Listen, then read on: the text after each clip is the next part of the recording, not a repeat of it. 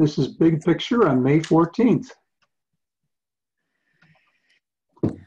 So before we begin our dialogue today, let's just join together in the heavenly realms. So it's a real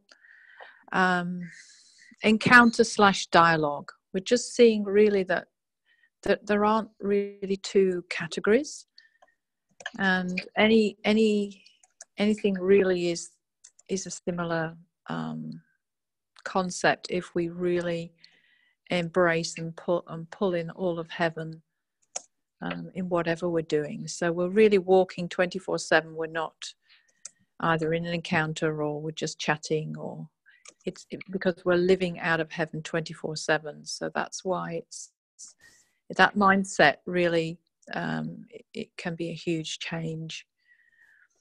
So let's just go in together, join together, I should say. We're not going in. We don't go into heaven. We're already seated in heavenly realms. So we've got to be careful of our language as well, myself included, so we don't give people the wrong impression. We're really joining together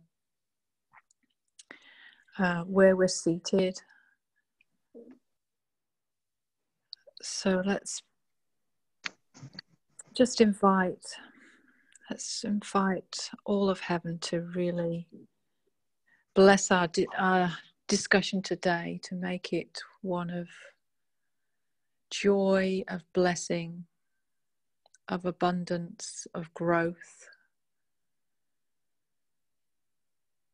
We honor all. We all, or any who wish to come and join us, any men in white linen. Let's sit on that seat of rest so that we see the big picture in rest, and not a burden on us, but a joy and an honor and a privilege to be part of it. Let's embrace and breathe in the joy of heaven.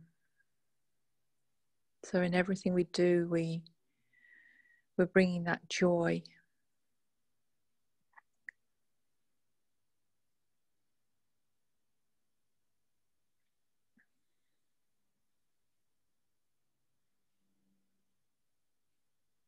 We can embrace all the 12 cities to come into full and operate out of full headship of Christ.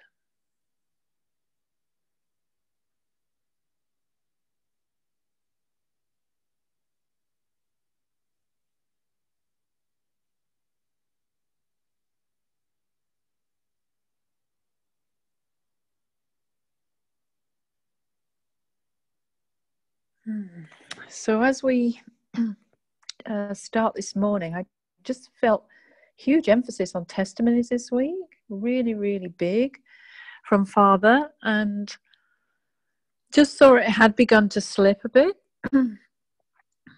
And it was something I saw very, very early on, was the importance of testimonies. And I thought it'd be good to just begin with a couple, just general things about what the journey's done for you. We're not talking about sharing your most intimate moment, but we're talking about what is the general fruit, really. What is the fruit of what you're doing? Because until we quantify that as well in our lives, be grateful for it and share that, sometimes we can be missing the bliss and joy of the journey. And yeah, it's interesting because I would have thought it would have flowed really, really naturally, but it hasn't. So there may be some wrong thinking there. There may be some, I don't understand it. If anybody's got anything to share on insight on that, I personally don't get the wisdom around not sharing. I personally believe that everything you share, you're actually blessed. And as long as you're strong enough to, if there's any rejection, then that's the whole point. We've got to be strong enough to deal with that, not shy away from doing anything if there may be some comments, rejection or treatment. And in fact, actually, I was really I was really thinking to this week. Father got me really thinking about the persecution of the early disciples, and I was just really struck how little persecution we have to deal with. I mean, a few comments maybe on Facebook is the worst. And I just really saw how our generation, just felt Father saying, our generation has to really grow up. You know, we've become very soft because we haven't had persecution, because we haven't had wars. And so the danger of that is become very, very soft and fearful, and what can it do to bless me kind of mentality, which those other environments they don't create. And also, if you look at other faiths, the sacrifice they give for their faith is unbelievable. So I think I don't personally understand where sharing testimonies is an issue, but if anyone's got anything on that, or would just like to share a testimony, that would be wonderful.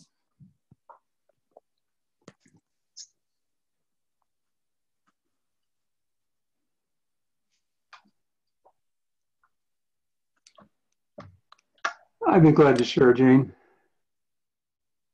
I think the biggest thing for me has been a sense of stepping into destiny that was waiting for me all my life.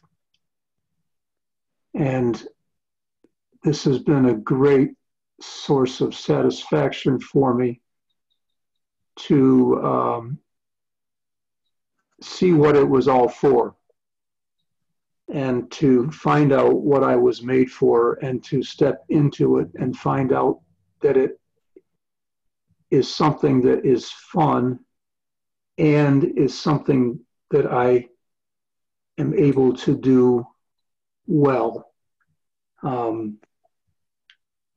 Great sense of satisfaction in that. Also, never have had this kind of fellowship before. I've had fellowship in local church before, which was good. This is as good, but it's also around a work that we're doing together that has real meaning and purpose, and is of great value. So fellowship around the work that we're doing together is a whole different thing, and I really enjoy it.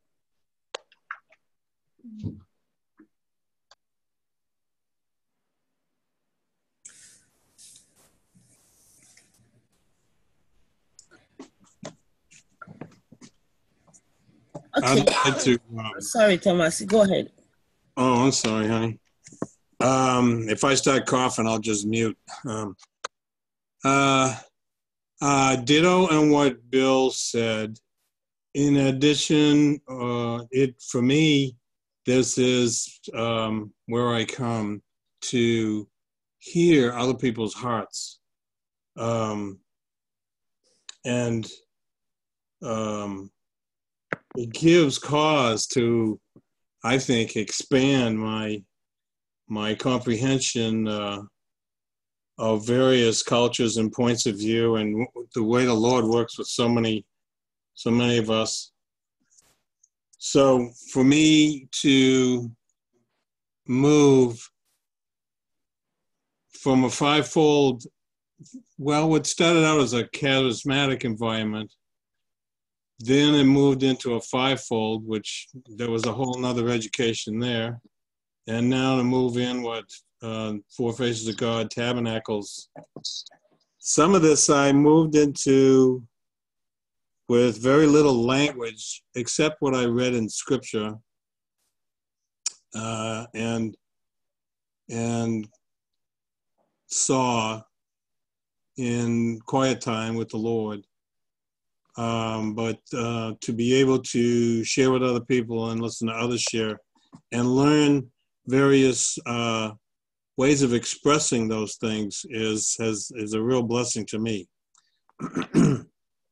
I don't want to miss these opportunities, and so It also gives me ways to explain to other people that know me and ask me, what have I run off into this time? It helps me to try to share with them what I think I'm doing. Yeah. Because I don't always know what I'm doing. Yes, all of us are in that boat. That's wonderful, Thomas. Thank you. Thank you, Bill, as well. That was great. Anyone else? Yes, yes. I want to share too. I agree with Bill and with Thomas. And I want to add that to me, the benching was huge for me because it was like I was doing encounters by myself, you know. I see in the spirit, I hear in the spirit, and then the Lord directs me here and there. But when I was able to come together with people of like-mindedness, and something you see, somebody sees, there's a witness, confirmation that you're not going astray, you know, that helped me immensely. I could see that I can really grow and get to the ultimate fullness of God for me if I commit myself and have an intense desire. And I have brothers and sisters here who are joining arms with me. We acting and going together. So I'm not alone. It has made my journey more interesting and I'm accomplishing more. That's wonderful. So you're saying, like, with with learning to bench with others as well, you feel you're accomplishing more through the benching. Yes. Any sense why that is? I think it's more like one will put 1,000 to flight and two 10,000. Because when we come as a bench of 12 on the FF bench or the scroll bench or even the Wednesday bench, we do huge governmental acts I can't do on my own. Yes, that's really, really good. I think that is just so true. I'd probably testify to that being one of the major blessings for me as well, this journey.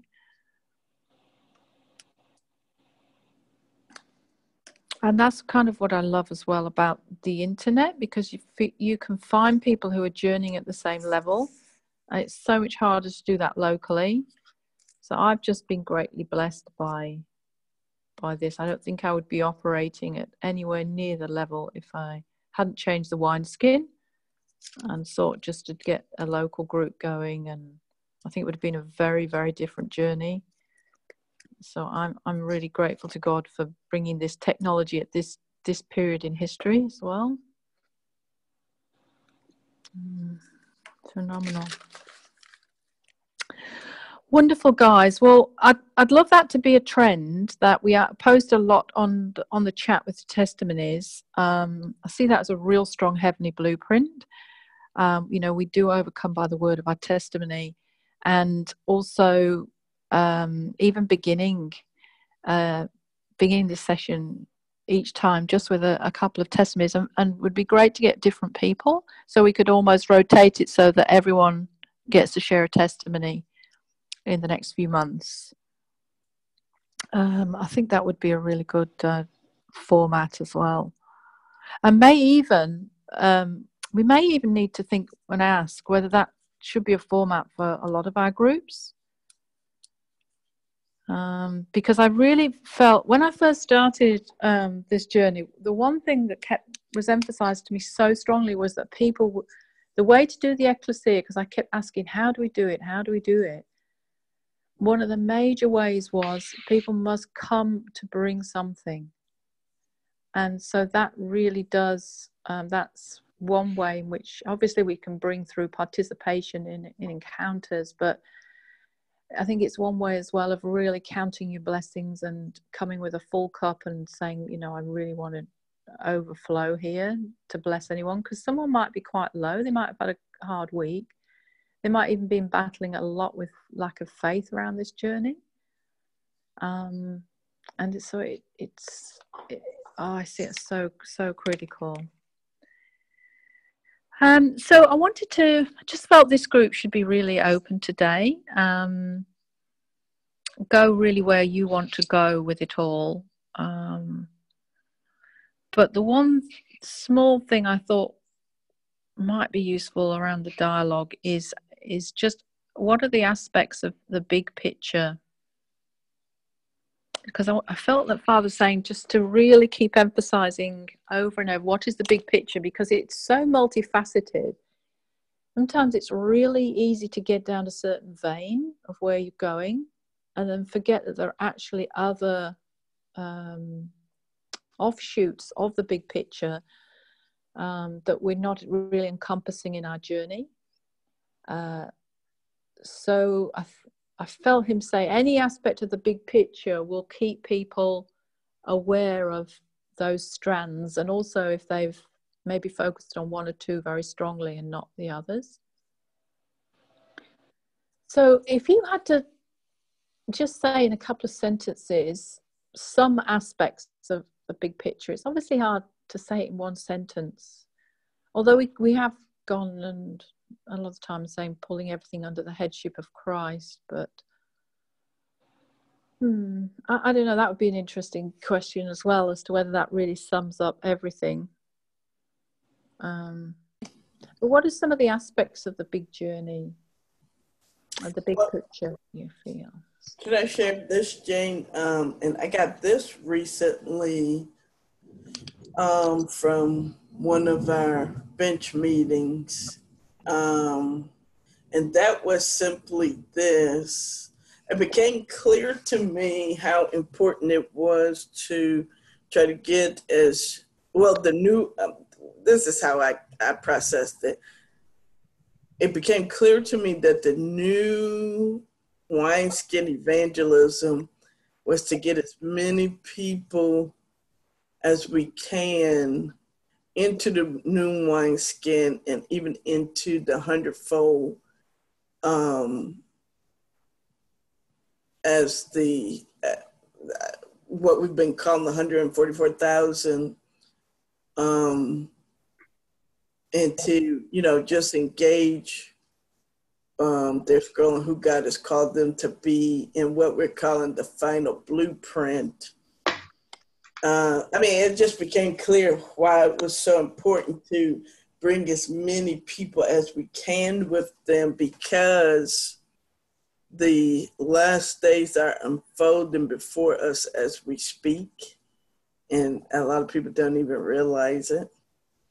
And so the faster we can get to the point where we become the tipping point, one way I saw that we can change the impact of things. You know how we were talking about changing the impact of the end times in terms of the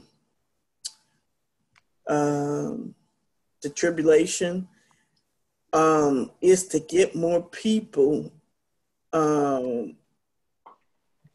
engaged into the new wineskin and becoming manifest sons.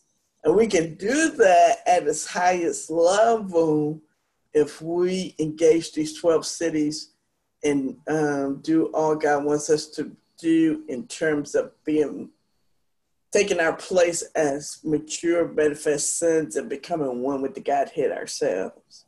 We can make the way so much easier, I see, for others to come, more to come, if we do that ourselves. So that just became really clear to me. So it's just kind of like it became clear to me that's like the new wineskin evangelism, to the point where, I'm gonna say this last thing. We released the sound of all of the four faces. And what happened to me is I kept seeing visions of telling people in the old wineskin how to come into the new wineskin.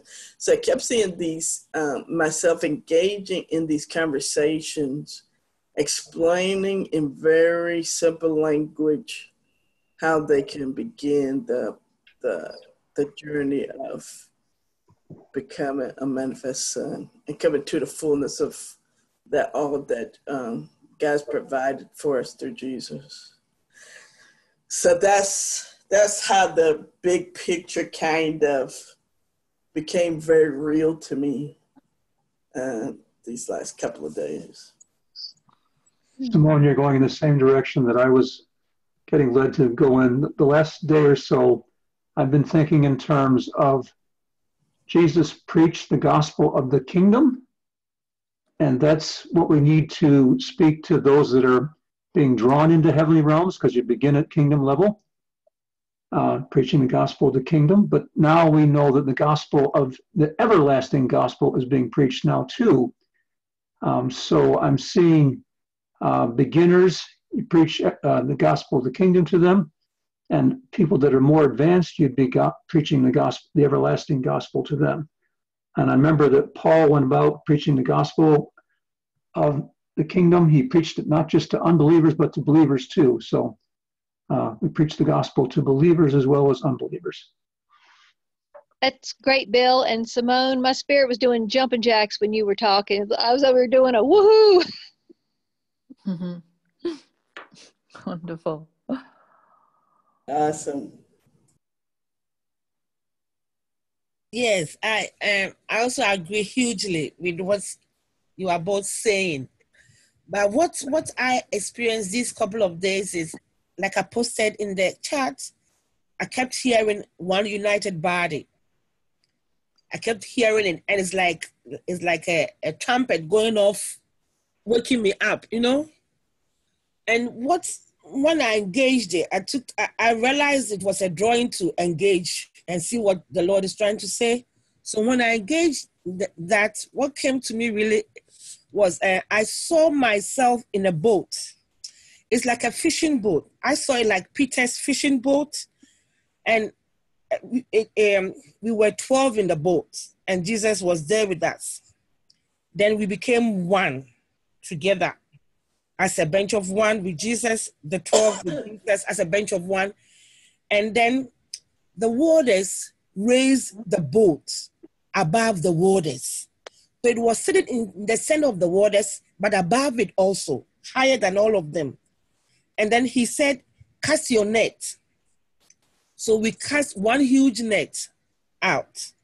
And it was like, we were a little hesitant, whether, up here, how can we cast our net? But we did. And when we threw the net, what happened was the fish, they were not fishes, they were people. They were rushing into it. Everybody wanted to get in the net. And my thinking was, this net is too small for the big crowd I'm seeing. But as they push themselves into the net expands. And it wasn't busting. And it was very elastic. As they come in, it expands. It makes room for them and accommodates them. So we pull it up. And when we pull it up, it came right into the boat. We emptied it. There were people. And they came in the boat. And they joined the bench of one and became one like us. We all became one. Wow. And wow. So good. Yes, I was excited too. Very, very excited.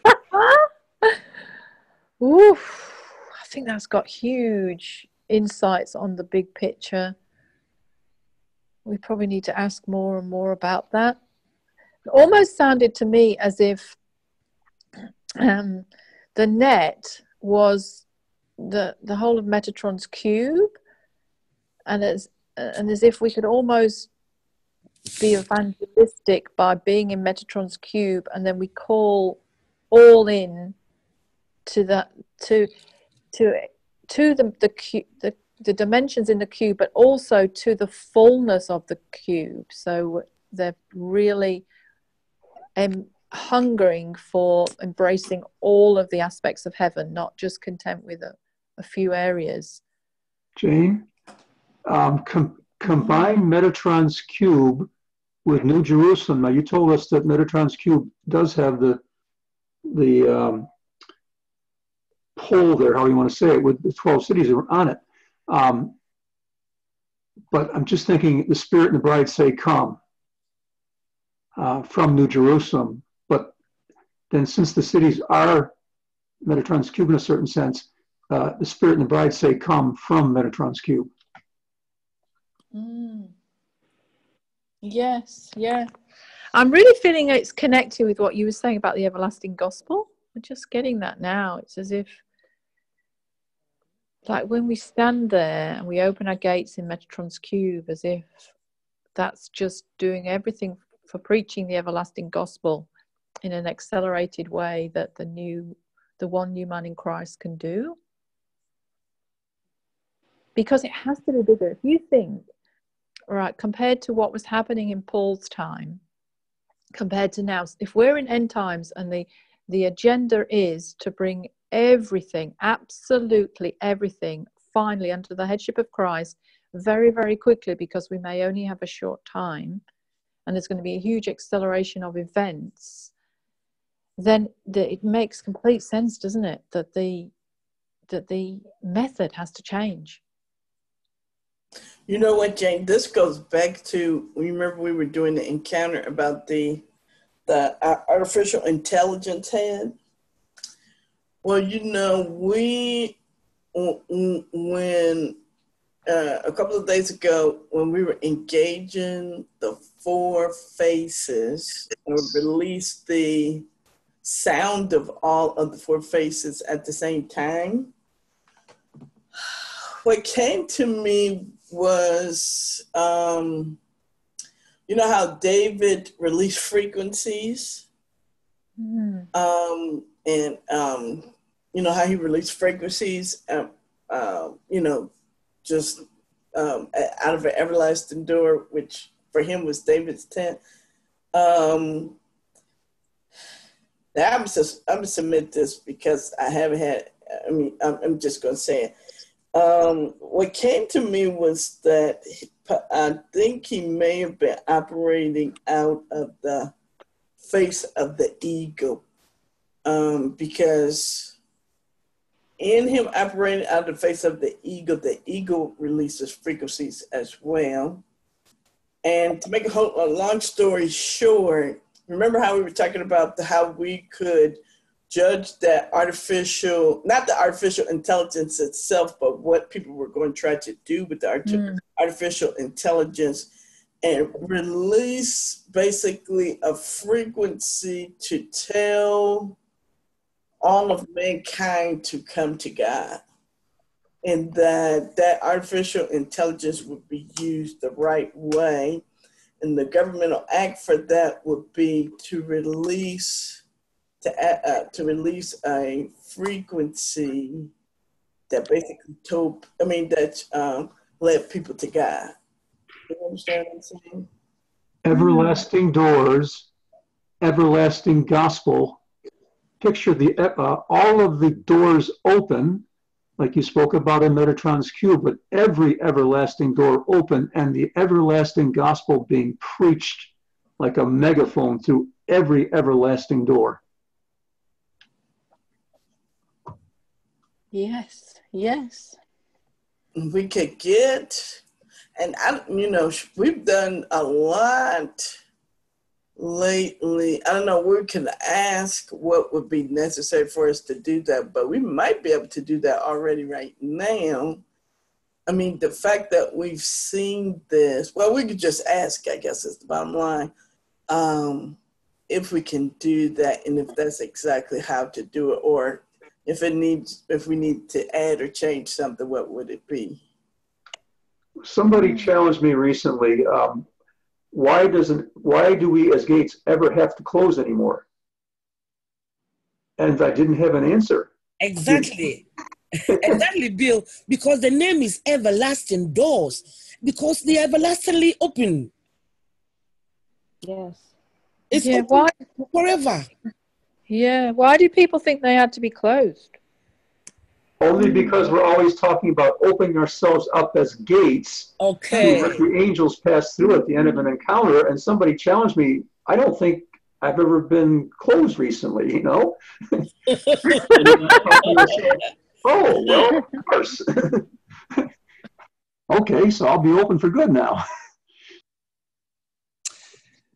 Yes, you know, I actually sense that now I'm operating from this Metatron's cube with all these, in this revolving door with the doors open. Mine are always open.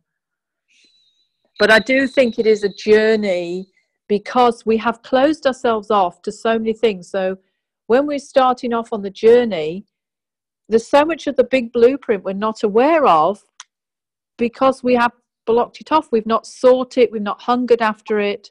We've not asked questions of Father, of wisdom. So in that sense, we are closed. And so we go to a point, yeah, okay, we accept we'll open up for this cause or we'll open up for that. But eventually, I think you become permanently open.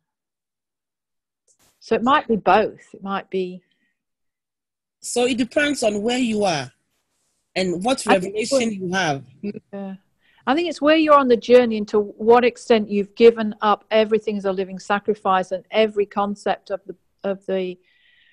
what the journey looks like. When you get to that point,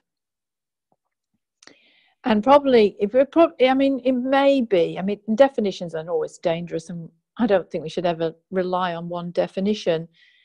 But just as a guideline, it may be that when you fully embrace the whole 12 cities and you're really operating from them all, maybe at that point you are really, really open. You may not be always 100%, but very, almost transparent, like the New Jerusalem, you're almost transparent. Anything can flow through you because the understanding of the big picture is so great. You're not resisting this or that. I believe that Revelation 21 says that the gates of New Jerusalem are open always because there is no night. So there's our example there. And also Isaiah says that when he opens, no one shuts. Yes. No, that's a different concept. I mean, that's saying like we open an everlasting door to release angels through it. That door is not going to be shut once we've opened it. We've opened it, it will be open. But that's different from our personal gates. See, there's two concepts here. There's the corporate thing of what we're doing, but there's also the personal gates. And we can actually close our own personal gates at any time at will. I mean, that's the journey of free will. If it was that not the case, there would be no free will and we would just be robots and we'd have to do. And once there's past no return, we'd have no choice. And I don't see that's the way he operates. It's always a choice. And what it's talking about in those verses in New Jerusalem is the corporate gates, and when you're actually living as that as a reality. But on the journey up there, I mean, we all know we can choose to block anything at any point, can't we? We can choose to only go half the journey. We could choose to go quite to the top and then say, oh, I'm not sure about this. I think this might be a load of rubbish. I'm going back to my old ways. And I'm not going to allow these things to pass through me. I'm not going to mandate angels anymore. I'm sure there's many who've been on that journey. Does that resonate? Yeah. Go ahead, patient. No, go ahead. I'm done. I was just saying yes to that. Yeah, I was wondering, the question also there is what will cause a person to have come so far in the journey and then turn back?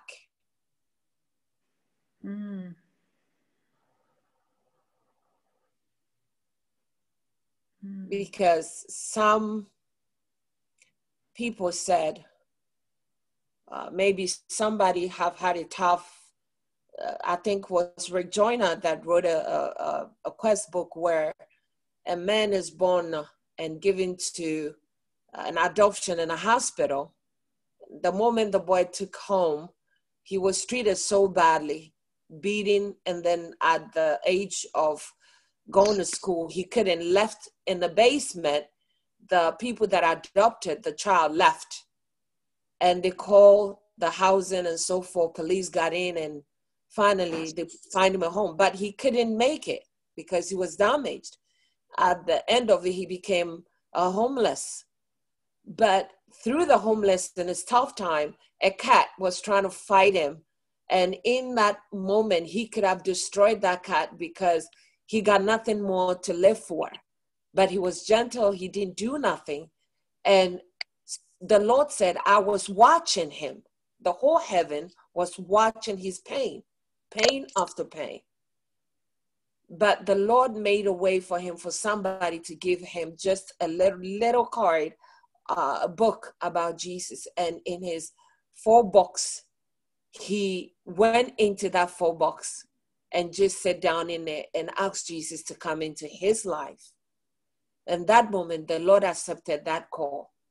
And the Lord also opened his heart to be that one day this guy went in the garbage, get all bottles he can get, sold it, went to the store, got few papers to want to give out tracts. And the Lord opened the door for one person came, and he was saved by him. Since then, the guy was in love with the Lord. Enough that at the end, the Lord says for him to give his wintertime, to give his blanket to another homeless man, wino, who is dying. And he did. He died. The wino lived. So now Rick Joyner is taken to heaven, seeing somebody sitting on the throne, so glorious, he couldn't get his eyes off, and asked the Lord, Lord, who is this person? He said, oh, this guy, don't you remember him? That is so-and-so at your block. He said, what? He says, for real? He says, yes, the homeless. But Lord, what did he do to get this? He says he don't have to do nothing. There's one thing I told him to do. What? So the question is, what causes a person in their journey when you're nearly there and then you go, I don't want to do it? Is it fear? What is it? This is what we need to find out, so we be able to be encouragers to others on the way. But that man made it, and Rick Joyner was rebuked for telling others that he was demonic, this and that, and the man became like a father to him in heaven. So Angelo was example for me in such a way to become even more lover to others than I cannot compare. Now I understand deeper the heart of Christ, how it works.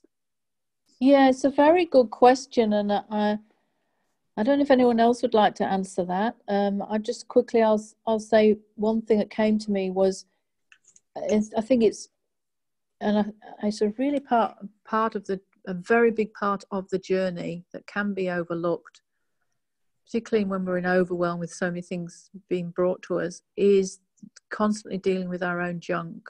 And on a personal walk of anytime anything triggers, we react, we're in a bad mood over this or that, or we feel we want to withdraw, or any little, even the smallest thing, we really go and deal with that, so that something massive just doesn't overtake us very quickly, and we have a very knee-jerk reaction that also damages the body. I think when anyone does have a big knee-jerk reaction to things, there's vibrations that go, reverberations that go through the body, and it causes others to doubt what's going on, what will happen here, and a bit like an earthquake. And so I see that's a really important part of the picture, the big picture. I think it's frequently an offense, which, like you said, Jane, causes a knee-jerk reaction. And exactly as you said, working on it all the time. Everything that's brought to our attention, get it taken care of as quickly as possible. And I think also the more forerunner you are, the less you've got other people going, yes, this is right, you know, there's less material on it. Like I found this on various areas that we've really pioneered strongly. There's very few coming up talking about that, if any. And I find myself going through the, you know, oh, is this right? Is this thing? And this thing? And all this stuff coming, which I think you have to get very strong in dealing with all those, that stuff that's going to knock you off the journey. But what I've found is that when you deal with it, it just disappears. It really does evaporate. And you go from strength to strength, and you get stronger. And that's my testimony, how I've kept going. And even to this day, sometimes I'll deal with 2 things a day. You know, it doesn't disappear, because the challenges are even bigger of what you're actually pioneering and pushing through on. And you're pushing through on so much junk in the ecclesia. It's unbelievable. The junk is massive. And we cannot underestimate the what's the word? Oh, there's a special word for, it's almost like this huge transfer of energy going on between people. And so some are bringing some junk to the ecclesia, which then has to be dealt with. And we all do that, really. The moment we engage together, there's always some transfer of energy, good or bad.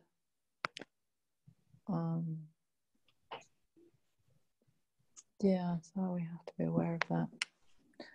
But anyway, open to questions, please, as well, if you've got any questions on anything really about the big picture, or even if you're really struggling with one concept, and that's okay. You know, I think the more that we air the blockages, the more we can put some really positive, firm, faith-building concepts in there.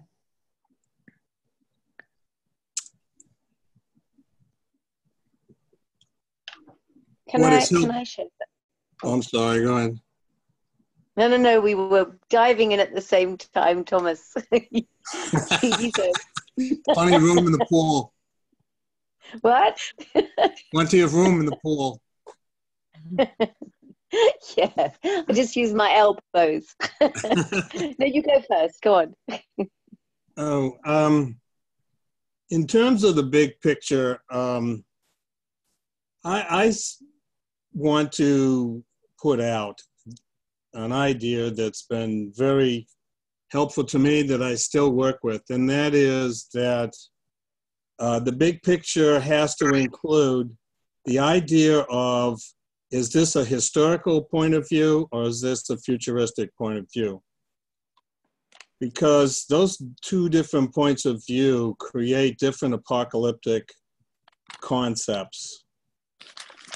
And one of the big ones for me is, when did the tribulation begin? Did it begin already? And what is the tribulation anyway?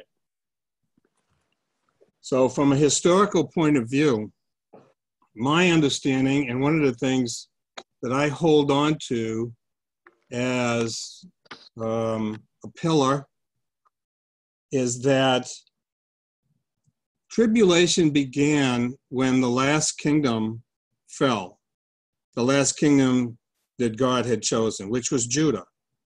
Prior, 150 years before that, Israel fell. The kingdom of Israel fell. And Father divorced himself from the kingdom of Israel, which left Judah. So for me, an understanding that I try to understand, to work with, to read about, is that after King Solomon, the kingdom was split in half. And it's certainly not what Father wanted. Israel was supposed to be the people that would teach the rest of us. They were supposed to be the remnant of what we're the remnant of today. They were supposed to be that remnant back then, and they were not. And so those two kingdoms fell. And when Judah fell and they went into captivity in Babylon, that was the beginning of the tribulation. And we're still in it to this day, all the way through the beast kingdoms. And we're still under Rome to this day. So the only thing that's going to change that, historically speaking, my understanding, is Book of Daniel, when Daniel explains the stone kingdom and Jesus, the kingdom, his kingdom on earth as it is in heaven. So it gives me a chronological perspective to share with somebody when they want me to become practical in my historical view and not just heavenly in my spiritual view. So when I can explain something like that to them, then they're looking at history as Father has unfolded his history in front of us.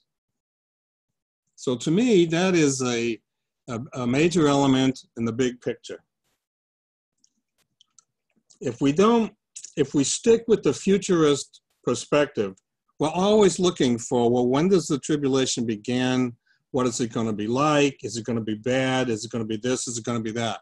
The fact of the matter is, in the historical point of view, it began when the last king of Judah, Zedekiah, was taken away by Nebuchadnezzar. That's when it began.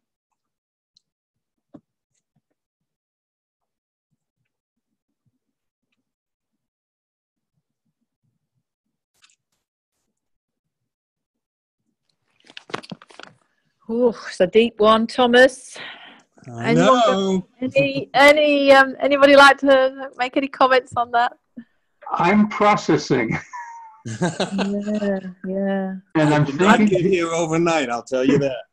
It is interesting because Daniel 7, where Jane, we saw that the beast and so on were interspersed between passages about the kingdom and then about, it's very, very interesting that pattern. I would have to add that I still see the likelihood of a time of tribulation on the earth coming up in the near future, and that I did not see that even a few months ago. A few months ago, I was saying the book of Revelation was finished, and then we started discovering timelines, and then all of a sudden I realized, oh, no, it's not finished. So I have a suspicion that what you're saying, Thomas, is part of the picture, but I think that there is still something left to have happen. I do remember that Rick Joyner was told by God that the tribulation was going to be nothing more than a speed bump. And so it seems to me that for those that are ready for it, it may not be anything more than a speed bump, but that there are going to be others that we need to help during that time. Well, when you look at history, and I've got a lot of history that I've studied, and it's not stuff that I've written, it's stuff that I've studied for a long, long, long time. And this started when I was a kid in junior high and high school in the Roman Catholic schools. They were very clear that everything that went on in the world was about the church. Everything. Everything that was instigated, every war, everything was about the church. So with that kind of a mindset, I've gone into later years and more education and so on, and other people who understand history better than I do. And I can see, because we used to study things like who was Alaric the Goth? Who were the Vandals? Who were the Huns? Who were the Mongolians? Why did they do what they did? Well, who was Genghis Khan? Who was Attila? And how come the Ottoman Turks wiped out all of the Christians in North Africa and all the way up to Constantinople, took over Turkey and made it Istanbul? Why did that happen? Why were Christians mainly slaughtered? And why did the Crusades occur? heavy duty historical questions like that. Mhm. So I've got a bit of an insight. It's just come to me now.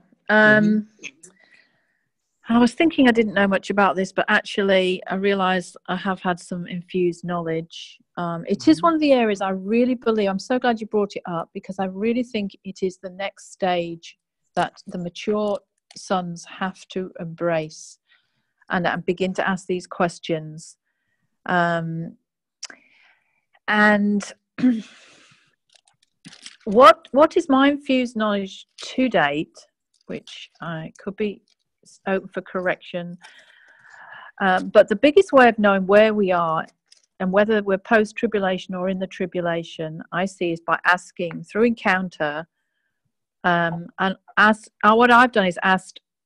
I get very confused once we go back into the Old Testament and everything, and then it mixes it up. What I find helps the most is just relying on Revelation as a summary, really, of all events that have happened. And so what we can do is ask, where are we on the timeline for the Earth's timeline in Revelation? I've done that, and that has helped me understand where we've been led in these encounters on the Wednesday night. And the new Earth lovers, because we've been back and forth through so many different timelines. If we didn't understand that, we'd have no idea what we were doing. But what I was told was that we are around the Revelation 12 and a half, going on 13. And if you look at the summary of Revelation, you realize that the first half is my understanding is with the seven seals and the seven trumpets. That is the tribulation. That is all the events of the tribulation. But they finish. And I believe personally they're finished now. I don't know what the sixth. That's right. The sixth trumpet is in Revelation 9. So I think around 9, 10. Oh, no, sorry. 11 is the seventh trumpet. Yes, when the seventh trumpet's finished, the tribulation is finished. And there's loads of YouTubes, if you go on there, that actually can account for what every one of those trumpets was in historic events. And they're very, very believable. And I came across a verse right at the end of Revelation 11 the other day, which give me great confirmation that we are currently in this time period of, I think we've just passed the woman and the dragon, Revelation 12. But before that, it says, then in heaven, after all these trumpets are finished, then in heaven the temple of God was opened, and the ark of his covenant could be seen inside the temple. Lightning flashed, thunder crashed and roared, and there was an earthquake and a terrible hailstorm. And I suddenly saw where it says the temple of God was opened, and the ark of his covenant could be seen inside the temple. That verse 11:19 represented what we have been doing in heavenly realms, engaging the Ark of the Covenant. And then it all seemed to make sense that revelation was opened up to a huge number. Then we had things in the stars going on, which we could account for the woman and dragon.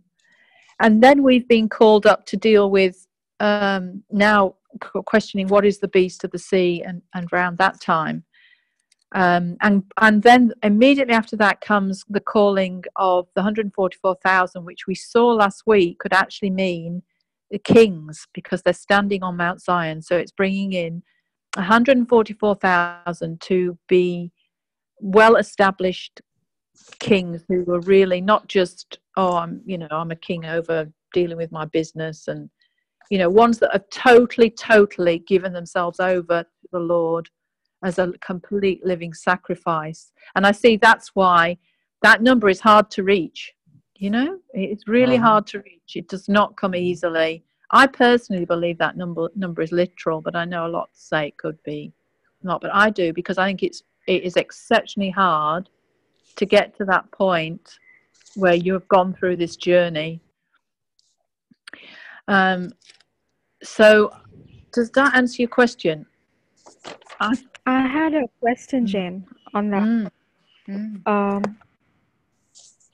If we are saying that all these events have occurred, are we also saying that in Revelation 11, which talks of the two witnesses, are we saying that they were already here and they already died, like it says, where they testified and they called down, anything to strike people, whether it was plagues or they could turn water into blood and so on? Then this event should have also occurred, or are we saying that it's in a spiritual context, or are we saying that? Well, I think we have to realize that even if the tribulation's finished, it doesn't mean there's not going to be any problems, because what we're seeing through Revelation is the first half of Revelation is Satan's agenda. The second half is Jesus' agenda. So there's still, if you look at the second half of Revelation, there's tribulation everywhere. There's 7 bowls of the 7 plagues. There's terrible plagues, but they're different. My understanding is they're from Father enacting his justice rather than Satan's agenda. So I think that's the confusion. So you get some saying, oh, there'll not be any more tribulation, but we can't use that word because it's how do you define that? And then people just think tribulation is anything going wrong. I think also we have to be careful of the tendency to read Revelation as linear.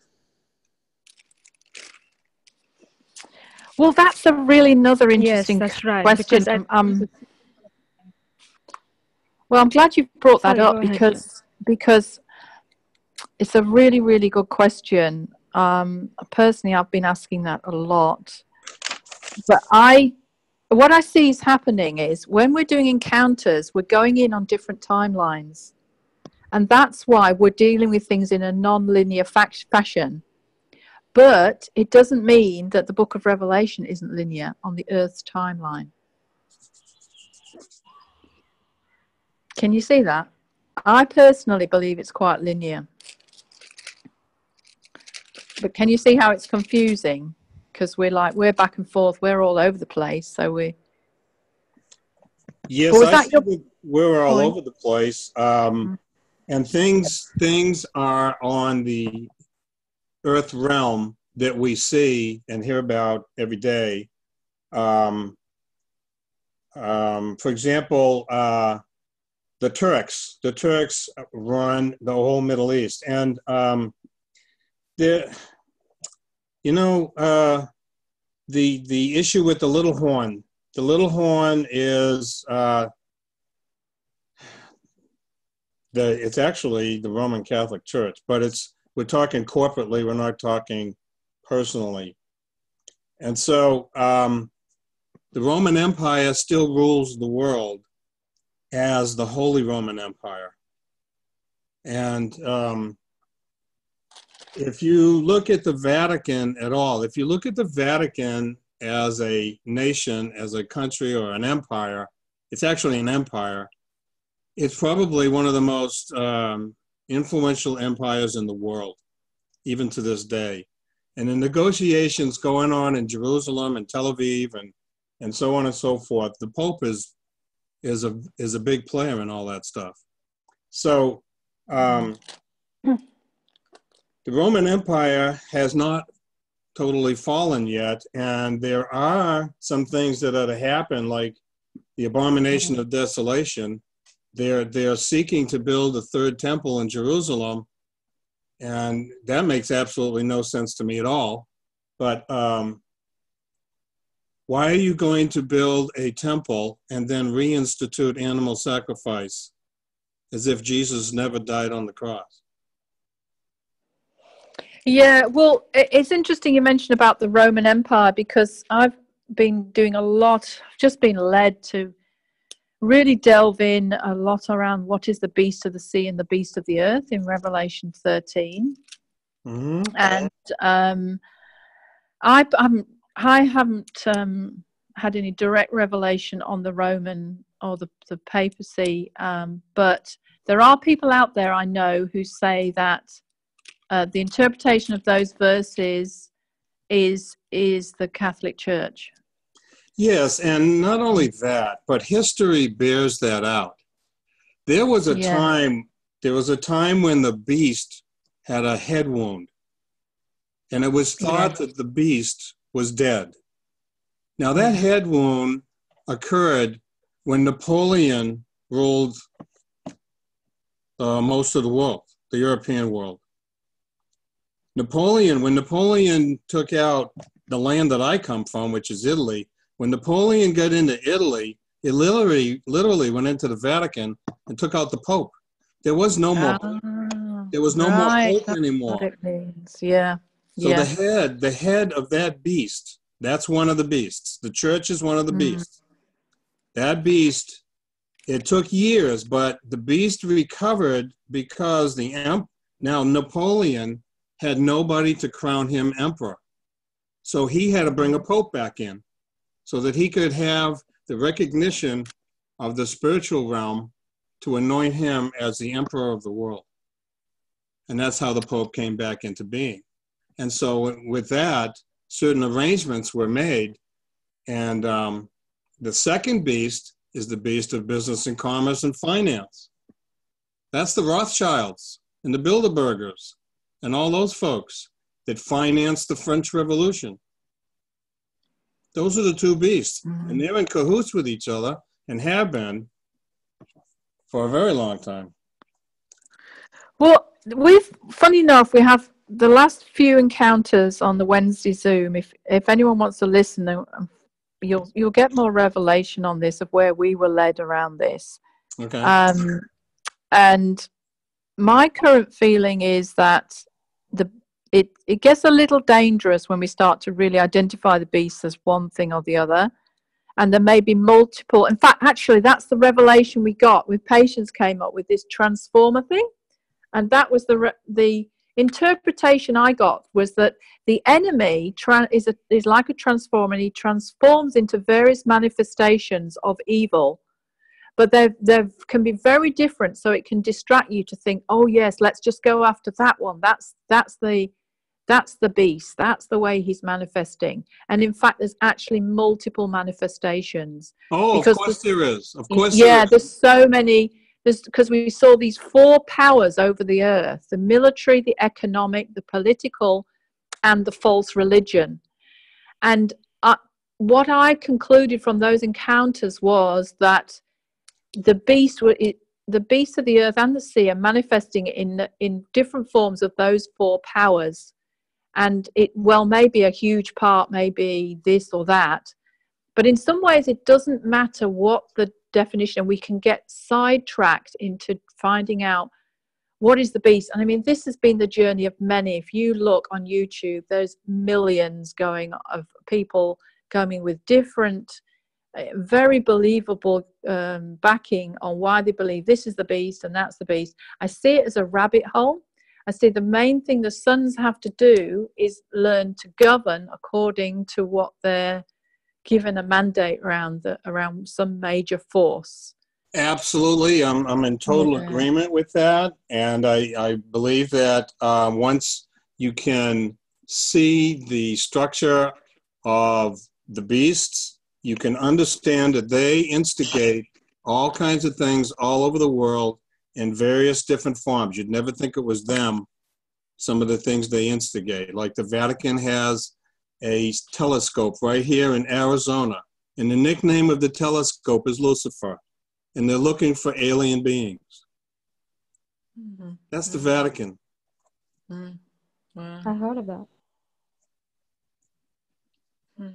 So everybody that is not of the Lord is involved in that other stuff, whether it's the beast of commerce and finance and military and money, or of religion and occultic activities, whether they shade it grays or or totally black, doesn't matter. They're all involved in it to one degree or another. Well, that's why we were called to do some judgment, the Ancient of Days. I see this as where the big picture will lead for a lot of sons. We'll be judging these major things in the Ancient of Days throne. And we were led to judge the fall of Babylon, and but judge it to life to minimize its impact. And we did something the other day, didn't we? We did it around the harvest. Oh yeah, we had that as well, bringing in the harvest. So there's a mixture of great, amazing events in the last chapters of Revelation and huge dramas that I see the sons can govern over, but they've got to care. You know what I mean? They've got to care that these are events that need an answer to, and it doesn't necessarily mean that as we're sons and we're doing a lot of governing or legislating, that everything's just going to go on this upward spiral of perfection. So I see that's where Father's awakening us all at the moment, to really get into these scriptures. And I know I'm a bit obsessed, and I don't normally like these kind of things. I've always had this is where I've come in. I mean, you know how old I am now. I've been doing this a long time, and the whole Vietnam issue began to open my eyes as I matured and dealt with other veterans about this kind of thing. It was a shock to realize that my government would send people over to a country that doesn't want us there in that capacity, and then use us to develop new weapons while they're working on their technology and their new drugs to see how they're going to impact soldiers. It was a shock for me to be raised as a Roman Catholic to protect, to fight for God and country, and then begin to understand that the very church and the very government that I'm part of are not doing that at all. So the motivation to find out what really happens in history, to me, is a heavy-duty motivating factor. And so it's all around us, all the time, every day, everywhere. Mm-hmm. So we need to know this, not just in a spiritual sense. We need to know this in the physical, historical sense as well, because then we're carrying all the bullets. We know what's going on, and we know what they're doing. Yeah, I'm totally in agreement with you, and I think there'll be many who won't choose to go this way, and they will make Heavenly Realms into something else other than this. But I think it's for the mature few who will be prepared to go this journey, will do the greatest things for mankind. Well, I'm signed up. Yeah, that's wonderful. That's wonderful, because we've even started to ask around, who the great prostitute is, and then we had that encounter with the artificial intelligence and great city, and it talks about the great prostitute being the great city that rules over the kings of the world. I even asked the question of our group last week, what was that, this whole AI thing that could become a city, in a sense that it's a one world government ruled by whoever controls these computers, and before we know it, it could even be the computers are controlling us, because that was the agenda they were saying they wanted. They were going to give over dominion of mankind to computers, in the hope that the computers might just be nice to us. Yeah, good luck with that one. Yes, yeah. I don't see that. I see before we know it, the computers will take over dominion, and we will not be able to control that. Well, the Pope is all ready to baptize aliens. I don't mean people from foreign countries. I'm talking about aliens from outer space. Oh no, I'm seriously? serious. They need salvation just like we do. Wow.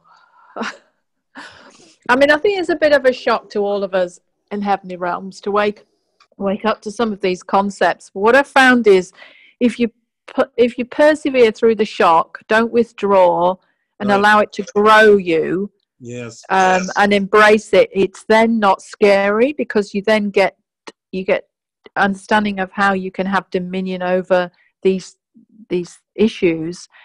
But the saddest thing, I think, would be if people say, "Oh, I don't want to get into that domain. That's too freaky.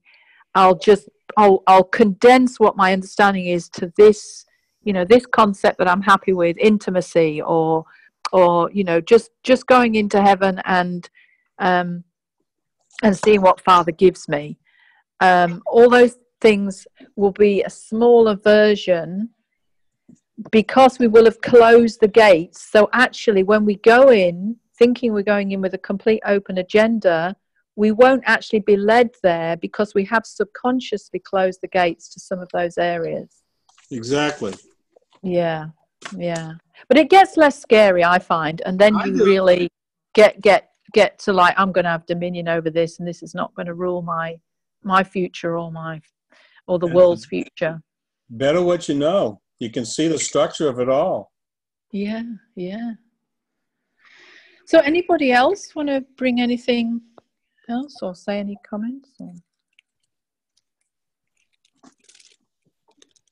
I really felt that this goes back to Dinah's question about why do people turn away, which you were just addressing here, Jane.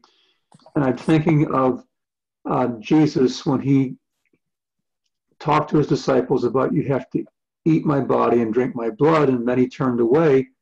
And then Jesus turned to Peter and said, are you going to leave too, in so many words? And Peter said, I've got no place else to go. You've got the words of eternal life. But then add quite a few ages onto it. And these things that we are receiving revelation on, there's no place else to go to receive this kind of revelation and to participate in this destiny to this level. And I just really, really am committed to being part of that. Mm-hmm. And so I think when you get that kind of commitment and you realize the depth of what the big picture is and you sign on for it, then you've got no place else to go, because we've got a job to do. Can I add a bit, just a little bit? Is that okay? Yeah. Is it on a different topic? Because just one little point I wanted to mention. Yeah, no, carry on. It was just that I've just recalled, back to the 1,000-year thing. In Revelation 20, it talks there about Satan is actually bound in chains for 1,000 years, and then he's released for 3.5. No, it's not 3.5. It just says here a little while, and then it says the people are on their thrones, sitting on them, and have been given the authority to judge, which I believe is us, as we begin to judge in the Ancient of Days throne and other thrones. So the next question I'm asking is about Satan being bound for 1,000 years and then released. So it's not about the tribulation so much, it's about 1,000 years. Is he bound? If he's bound for 1,000 years and then he's released, maybe then there's a governmental action around the release of Satan to be done there. That came to me yesterday. Jane, are you saying that like a governmental act, that he wouldn't be released, or that the time will be shortened? Yeah, we'd have to ask really what the governmental action would be, but it seems to me, I was quite alarmed, the thought that we could have been living in a time or it may have been that this is the future anyway, but there's a time when the impact of Satan is very minimal. In fact, it might be that that's the time we're living in right now, those 1,000 years. And that's why we're having such amazing progression in the heavenly realms. And it's a real time of favor. But if he's released for that time, whether that could impact that. So, yeah, we'd have to ask what. But once you're saying this, what is coming to me is that, in the spirit, 1,000 years is a day, and a day is 1,000 years. So that's like the points to look at it, Yes. I mean, I think there's a whole encounter on that, and it may even need to be, if there's enough, get the real mandate around that, may even need to be a discovery going in for that particular thing. Yes. Yeah. Yes, so is that Jane? Oh, sorry. Oh, go on, Patience. Okay, the other thing I want to say about Thomas' initial question was that, the Bible made us aware that Elijah will come before the great coming of the Lord, right? And when John the Baptist came, we know that it was Elijah who had come, the spirit of Elijah who has come. And we also know that the spirit of Elijah will come again before the second coming of the Lord, which will be a group of people, not just one Elijah, but Elijahs, which we are all part of it. So I'm saying all this to say that even though it has happened, it's going to happen again. It's the same thing, but it will happen. It's layers and layers. That the Hebrew rabbi will tell you that one scripture has about 7 layers. So we can look at it from that point of view too. That's good. Yes, and I think that's where we've got to be careful of not getting too swallowed down with wanting definite definitions. There's probably multiple layers to anything, as we saw with 144,000. Yes. That's good, Patient. Yeah, that's good. So was that Jane earlier on who wanted to say something? Yeah. No, it was a bit about the Bill has said part of it actually, because that verse, where would I go? You have the words of eternal life, has been resonating with me throughout the whole conversation that we've been having. And I think so that was the one thing that, where once you've been involved in this, where would you go? And the other thing was about the gates, and I'm just because, as you know, or some of you know, I am working in the old wineskin. But what I'm finding increasingly is that the community becomes much more important than the church, and so you're sort of being, and again the language is, forgive me if the language isn't right, but walking in the heavenly realms within the community becomes a very powerful thing. And I think that's my testimony. And I think although with the congregation, not teaching them what I'm going through, but living with them what I'm going through, I think is very significant. So that was one of the things I wanted to say. And the other thing was the very big and the very little, and this thing about the gates, because seeing the big picture is terribly important. I'm beginning to see how important that is. But how are we mature sons, fathers within that big picture is what we what we live day to day. So in order to be strong and mature, we have to live where we are day to day. And I'm trying to make sense of this. Forgive me, I'll get there. So we have to live day to day. And something I said to Bill yesterday that has been a big revelation for me is that we have a mandate. And one of the things is to focus on our relationship with God and our journey and our relationship, and not the work that we're doing. It's so that we live the mandate that we have, and we may not even know how that fits in to the bigger picture, but we faithfully follow that mandate. And I think there's something here about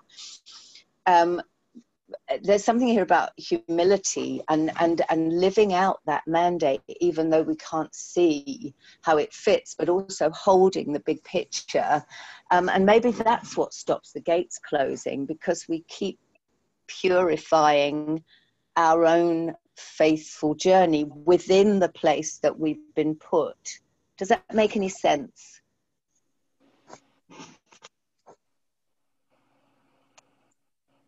Yes, to me it does.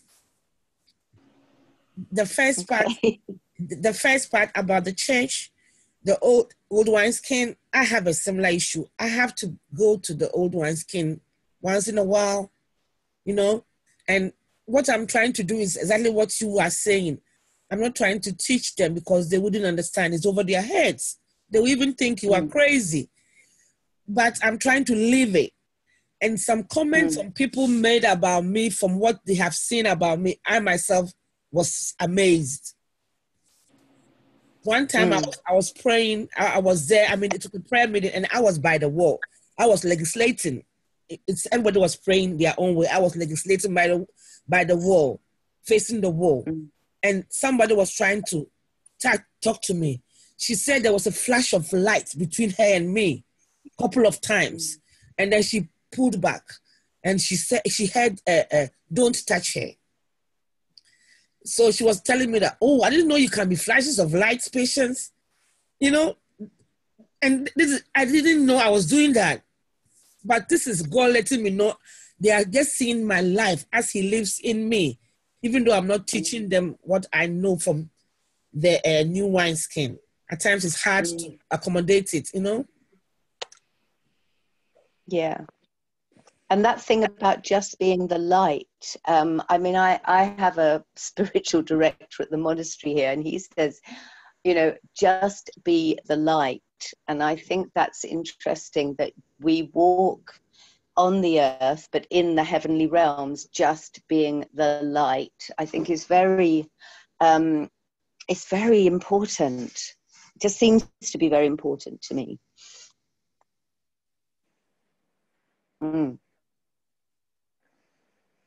Yeah, it does raise an interesting question, though, about the merging of scrolls.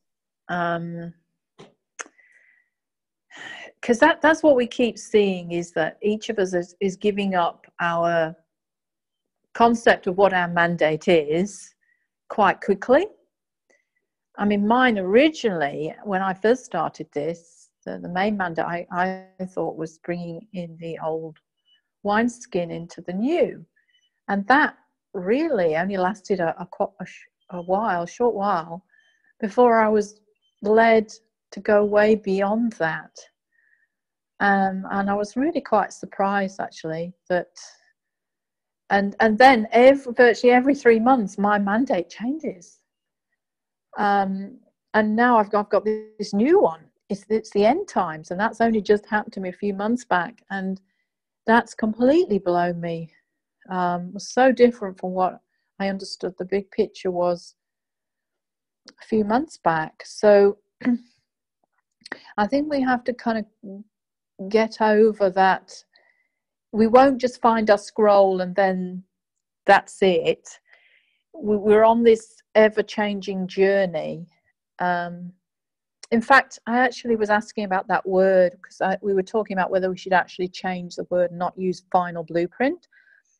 And definitely I see we've got to stop using that word. And when I asked, I got never-ending blueprint. And I think if we can get that in the conversation now, we will see that everyone actually has a never-ending blueprint. I like that. Yeah, yeah. Well, I liked it in the end, because I think it so reflects the journey that so many of us have seen now, is that thing is constantly changing. But when you first start, you know, we can even mislead you, you know, saying, well, what's your scroll? What's your scroll? And we have to get over that it's made up of many mountains, and those mountains merge very quickly into some broad concepts. And then it's almost like all of us have to take everything on board, because I think that's how I've always understood it, but never knew how anyone could operate that way until I saw Heavenly Realms accelerated methods. I always knew that evangelism was on everyone's scroll, and being a prophet was, and we couldn't delineate these into gifts. And then when we saw we all operate out the four faces, we saw how we can all be apostles, and we, you know, we're all intercessors. We can't say, well, intercession is just for the intercessors, and you know, and I'm going to be an admin person, and I'm going to be this type of person, or I'm just going to. That's what's amazing about this journey, is you realize you're actually always called to all these things.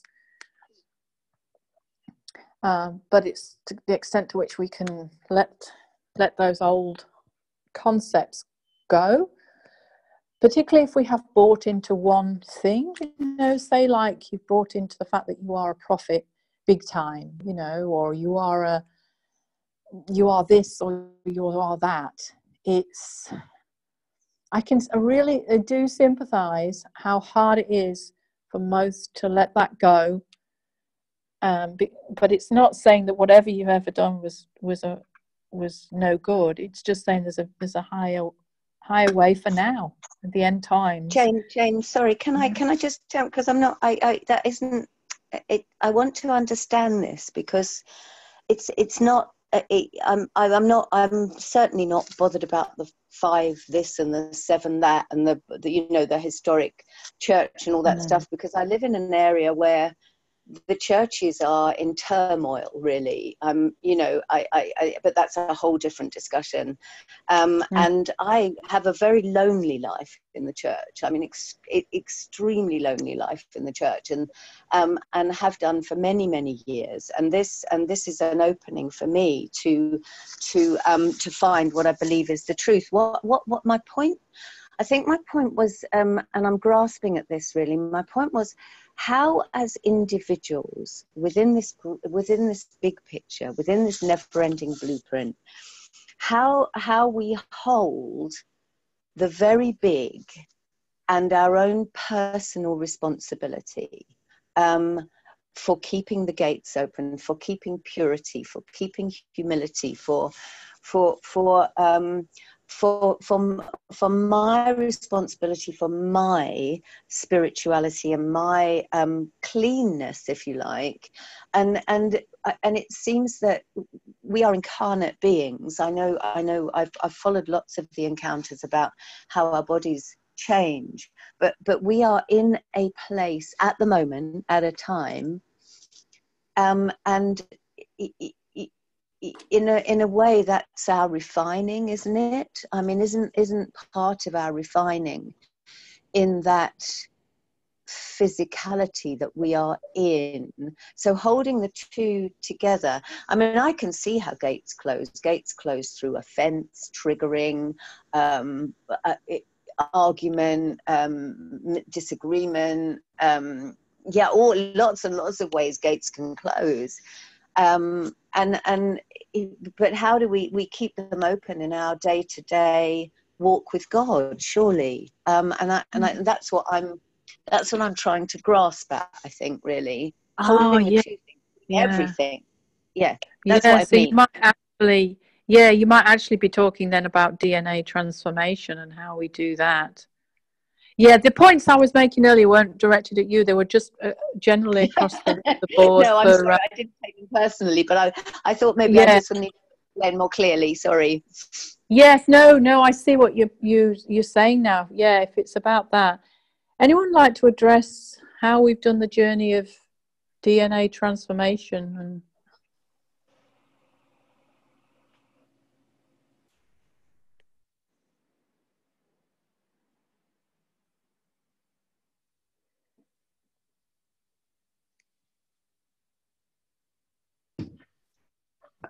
I think recently, for me, recently, a couple of encounters really were very, very helpful. One was the recent City of Salem encounter, where we encountered the city of Salem and discovered that it was the city of peace and rest, and that encountering Salem prepares us, and I believe it's causing DNA transformation. Another place recently, and interestingly enough, these are all in the journey up towards New Jerusalem, preparation for entering New Jerusalem, where this preparation was going on recently as we went back down and started up again, was the 9 firestones, which we encountered on the way up to Mount Zion before we were coronated there. And the third was engaging the 9 fruit of the Spirit. The 12 fruit in the city of New Jerusalem was also preparation. I think all 3 of those are actually doing DNA cleansing. And it's coming to me now that a lot of this DNA preparation is probably happening in the part of the journey that's between being a king and sitting down and being fully quarantined on top of city of, on top of Mount Zion. And personally, I think I'd missed part of this because I was up and beyond and really didn't do a whole lot of that before. And so a lot of it's happening now. And a lot of the new folks that are coming along, I think, are getting that very, very, very thoroughly at this point. That's the part of the answer to that question. And I know Jane already knows the answer to this because she's experienced the Salem encounter very much. What did you get from the firestones? I remember that we went up them one at a time. And I remember that in the past, I found it very, very difficult to go from one stone to the next. It was like my feet were stuck in mud. But the last time around, before the Mount Zion coronation, we were able to do that rather quickly. Oh, and another one was the River of Fire. Was another place where I was experiencing DNA transformation. And again, all of this is coming out of this part of the journey that we're now calling the upper journey, which is between kingship and actually beginning to encounter New Jerusalem, or at least before being crowned in New Jerusalem. I think a lot of that preparation is meant to take place in that part of the journey, and many of us missed it, so we've gone back and getting it now. But did you learn anything about what they specifically meant and why 9? No, I just encountered it by stepping on them one at a time.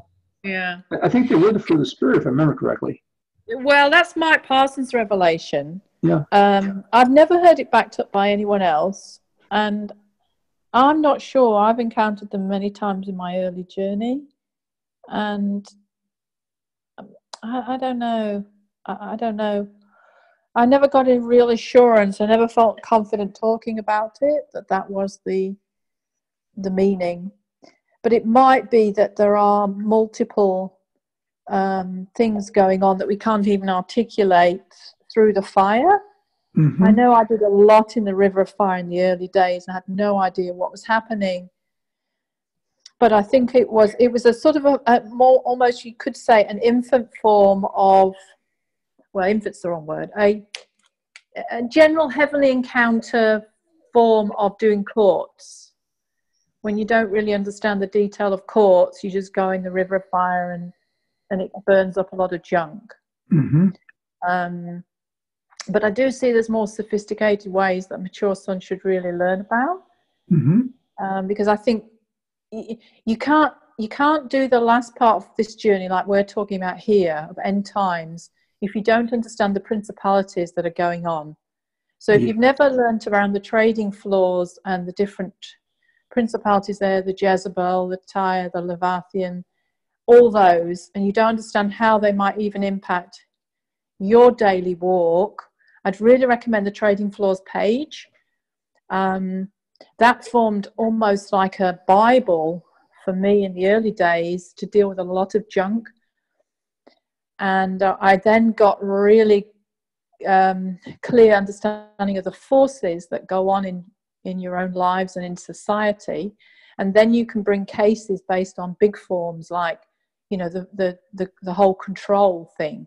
Like, there's so many institutions out there which are really extended forms of Jezebel, trading floor, and control at the absolute extreme. And then you begin to understand not only your own personal DNA transformation that needs to go on, but what the world needs in reducing those forces at work. Yeah, and I agree that our governmental actions are going to be covering those issues. I think those are coming up very, very soon, and we'll be dealing with them governmentally. I wanted to share one other encounter recently, and this came out of a combination of revelation from New River Door and then applying it in school group. I've been made aware just recently of the influence of those ites, which are the principalities you're mentioning. And we had revelation in New River Door of the river actually becoming a river of gold at the bottom, water above that, oil above that, and fire above that. So it's actually a fourfold river. And what we did as a governmental action was to let that river clean us out of the ites. Kind of like you would feel like if a fireman at a fire took the fire hose and just cleaned you out on the inside. A spring cleaning of a really, really strong level, totally opening up to be cleaned out by that river and clean out the ites. And that was an interesting encounter also at that level with reference to principalities individually getting cleaned up from the influence. Very clearly I'm seeing now that we can be under the influence of something at any given moment if we allow it to have access. At that kind of those kind of things.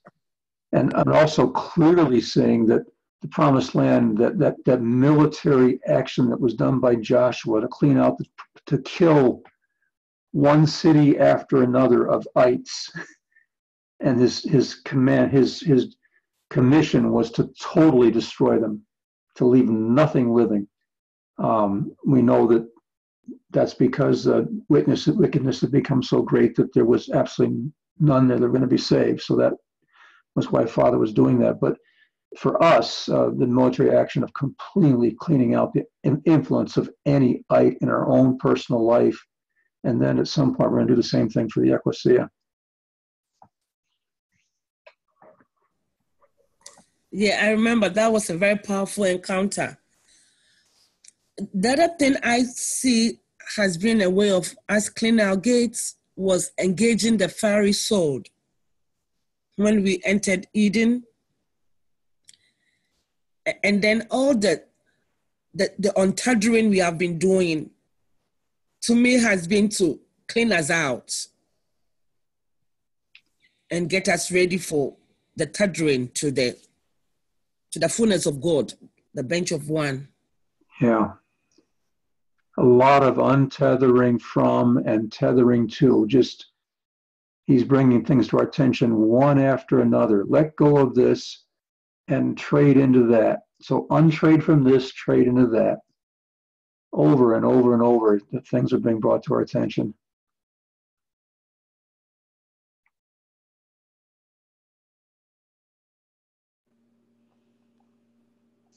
on a personal and governmental level. Mm. I don't know if I've fully got to the bottom of this, but I went through a huge journey, and I actually attempted to write a page on it. How can we be perfect in eternity and still doing DNA transformation? That's a big question. I see you've got to ask. We need more and more people who can steer that middle road, because we've got a whole movement now who's just, you know, there's no such thing as DNA transformation. You just walk in who you are in eternity. And so you have to do this road we're going on, we have to have enough who can explain why we're doing what we're doing. And I find it quite a challenge, actually, to have the confidence to know what to say there. But I've got a page on it if you want to search that title. I might even put it in the chat, because it might even need some of the group to bring in aspects around that clarity. In fact, it might even be a really good topic either for here or maybe Bill, one of your sessions. Because what will happen is you'll come across the Eternity Dwellers group, and they will come in and saying everything we're doing is, you know, you have no need to do anything. You don't do anything. And before you know it, really shakes you. And you're like, whoa, what am I? But then when you grow in the deeper thing, you actually see there is a middle path that I think they're not walking the fullness, they're walking in the simplicity of I'm just in that timeline. And they're not seeing the complexities of the multiple timelines and how we go back and forth within those. And then there's the Earth timeline, and there's the Forerunners timeline, and the fact that there is still issues in the Earth that need dealing with. So it's a hard journey, but I see it's a really good journey for all sons to go through. It makes them more stable in what we're doing. I'd like to comment about what Bill said and along this topic. When Bill, you mentioned Joshua in the military application there. My experience is in Exodus 20, when I asked the question, how did Joshua and Caleb survive the wilderness and to walk into the promised land and do what they were tasked to do? What was it different about them that the rest of the Israelites did not do? And for me, I'm only talking about me, the answer was to be able to respond to the voice of God and to communicate back to Father, and not complain about how difficult it was to communicate with Father, which is what all the Israelites did except Joshua and Caleb. So I did a little calculation. I said, okay, there's 2 million Israelites. 2 of them agreed to communicate with Father, heart to heart, voice to voice. What's the percentage of that? Well, it's 0.0007%. So my understanding, my perspective is that Joshua and Caleb never shut down communications with Father, never said we want an intermediary. Jacob himself, when he encountered the angel Peniel, and his DNA, in my view, was changed because he refused to quit. And Jacob was always looking for the easy way out. But this particular night, wrestling with the angel all night long, he did not quit. And so the angel changed his name to Israel. Now, most people call that a country. Well, it's not a country, it's an attitude. It's a character. It's something that's inside a person. Israel is a person. And so in order to have direct communication with Father and to be a military man with Father, you have to have direct communication. And that angel Peniel is the way to do it, in my experience.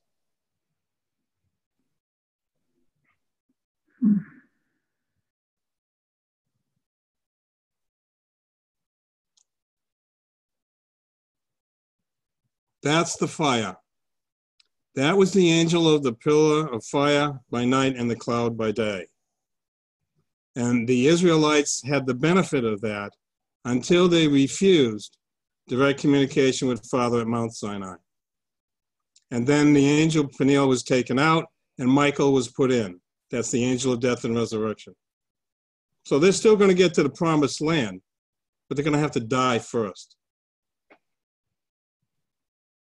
And they're never going to have the stature of Joshua and Caleb. So what is the application to us today? I don't know. I think the remnant is the people that go through the fire.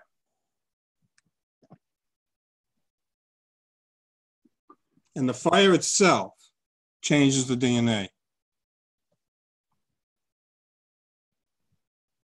It's all about the fire, isn't it?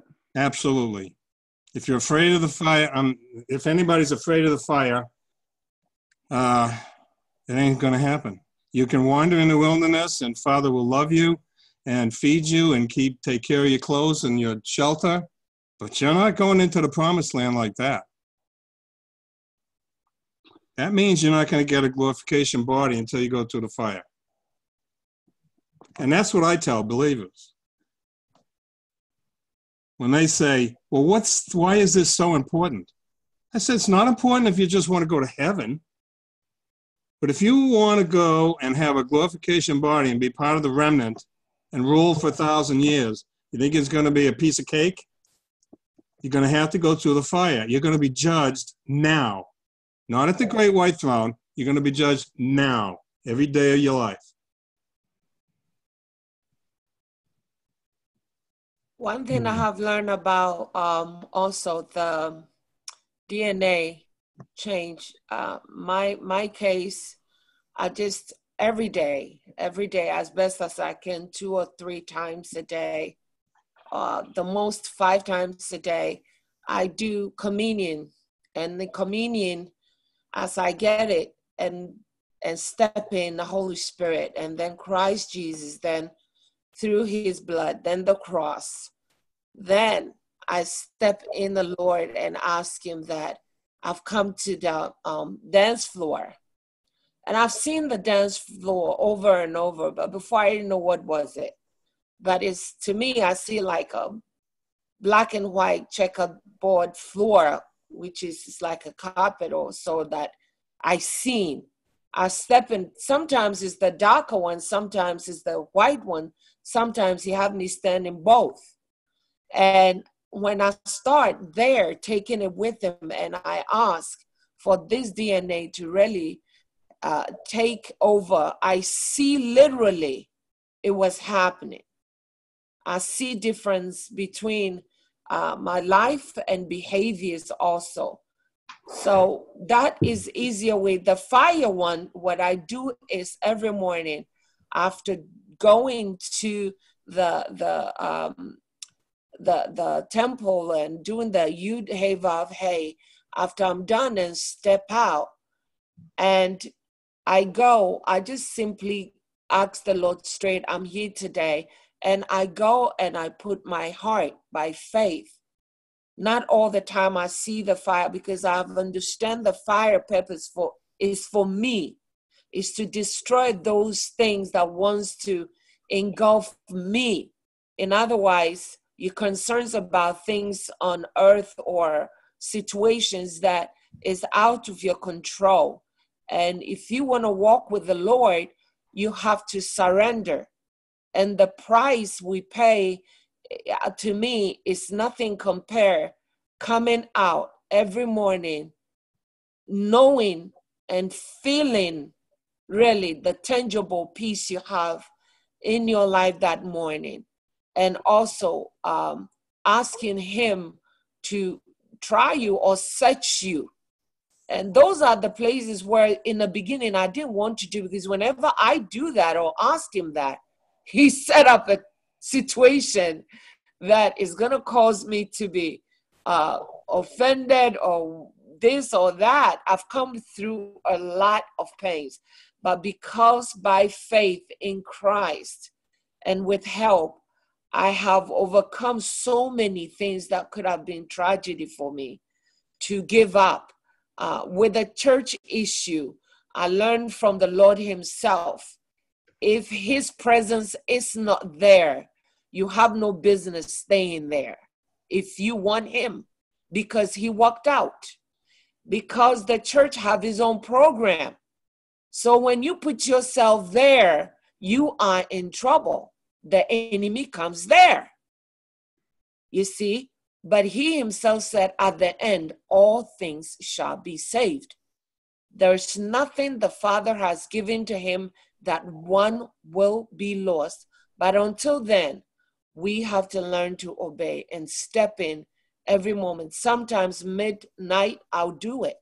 I live in New York, a place called Bronx, where majority of the half of them, there's churches every corner, but there's also witchcraft. They have demonic stores for God knows what.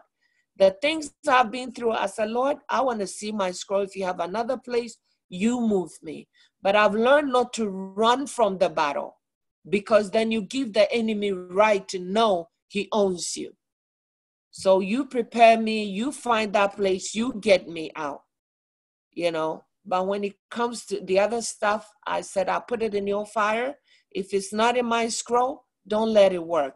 Just let those things that in my scroll, day by day, Lord, as I step in, release unto me for your glory, your name, your purposes. As it is in heaven, as it comes through the earth, I'm the earth, as it is in heaven on earth. And as I go that day, people get blessed. I see God works through me as the best he can do for me, you know. So try and give him those burdens and take those little steps.